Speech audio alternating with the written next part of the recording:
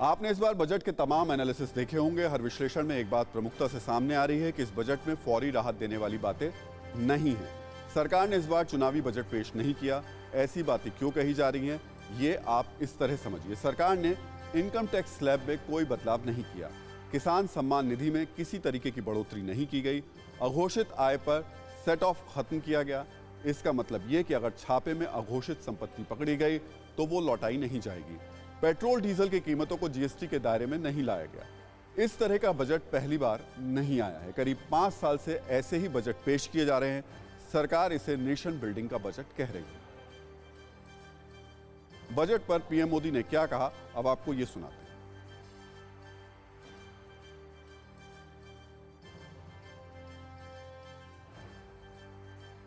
इस बजट का एक महत्वपूर्ण पहलू है गरीब का कल्याण। हर गरीब के पास पक्का घर हो, नल से जल आता हो, उसके पास शौचालय हो, गैस की सुविधा हो, इन सभी पर विशेष ध्यान दिया गया है। इसके साथ ही आधुनिक इंटरनेट कनेक्टिविटी पर भी उतना ही जोर है। चलिए, सरकार की तरफ से जो एनालिसिस किया जा रहा है, जो इस बजट के अच्छे बातें बताई जा रही हैं, उसके जवाब में विपक्ष की तरफ से भी तर्क दिए जा रहे हैं। और कांग्रेस नेता मल्लिकार्जुन खड़गे का क्या कहना है इस पर, यह भी सुन लेते हैं। ये जो इस साल का बजट है 2022 का, ये बजट सिर्फ अमीरों के लिए है, इसमें गरीबों के लिए कुछ भी नहीं है। और जो चीज पहले उन्होंने कही थी, फिर इसको दोबारा रिपीट किया है। और टैक्स स्लैब में बदलाव नहीं होने पर निर्मला सीतारमण बोली हैं कि बदलाव नहीं होने का मलाल है। ये बात कही है वित्त मंत्री ने, लेकिन टैक्स नहीं बढ़ाना भी राहत की बात है। कभी कभी किसी काम के लिए थोड़ा इंतजार करना पड़ता है, यानी कहीं ना कहीं थोड़ी सी उम्मीद जरूर दिखाई है वित्त मंत्री ने। लेकिन फिलहाल अभी इस साल किसी भी तरीके की कोई राहत की उम्मीद, संभावना नहीं। There are times when you can give. There are times when it'll have to wait a bit longer. So I'm sorry it didn't happen. But बहुत सारे जो मिडिल क्लास का हुआ, वो भी मिडिल क्लास के खाते पे डालिए ना। Middle class across the board. मैं बजट में जो उपयोग की लाइन वो आपको पढ़ना चाहती हूँ। It's not one particular segment. किसान में मिडिल क्लास नहीं है, एमएसएमई में मिडिल क्लास नहीं है, अफोर्डेबल होम्स में मिडिल क्लास नहीं है। उन सब को राहत दिलाया नहीं है। हम मिडिल क्लास मतलब क्या बोलते हैं? अफोर्डेबल होम्स जो देते हैं मिडिल क्लास को देते हैं। सीनियर सिटीजन्स में मिडिल क्लास नहीं है।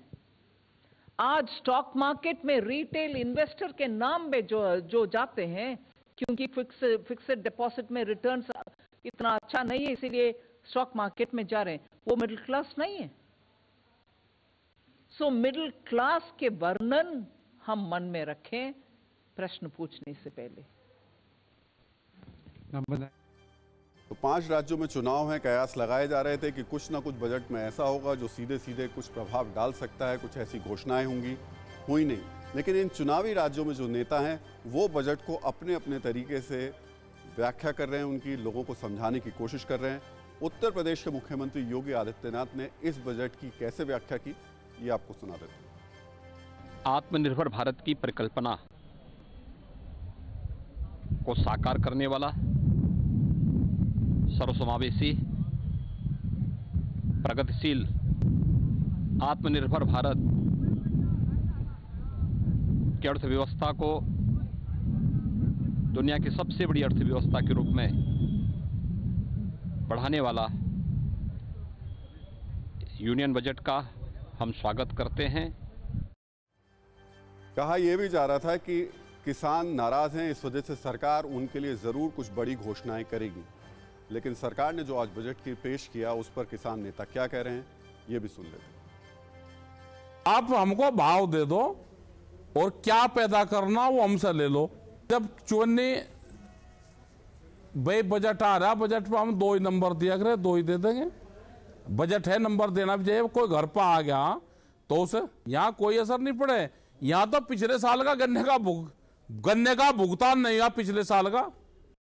कोरोना धर्म नहीं देखता, जात नहीं देखता, अमीर गरीब ऊंच नीच नहीं देखता। कोरोना सिर्फ मौका देखता है, लेकिन आप उसे मौका मत दीजिए। बस इतना कीजिए, जब कभी दफ्तर से बाजार से घर लौटिए तो इतना ख्याल जरूर रखिए कहीं आपके साथ कोरोना आपके घर तो नहीं जा रहा।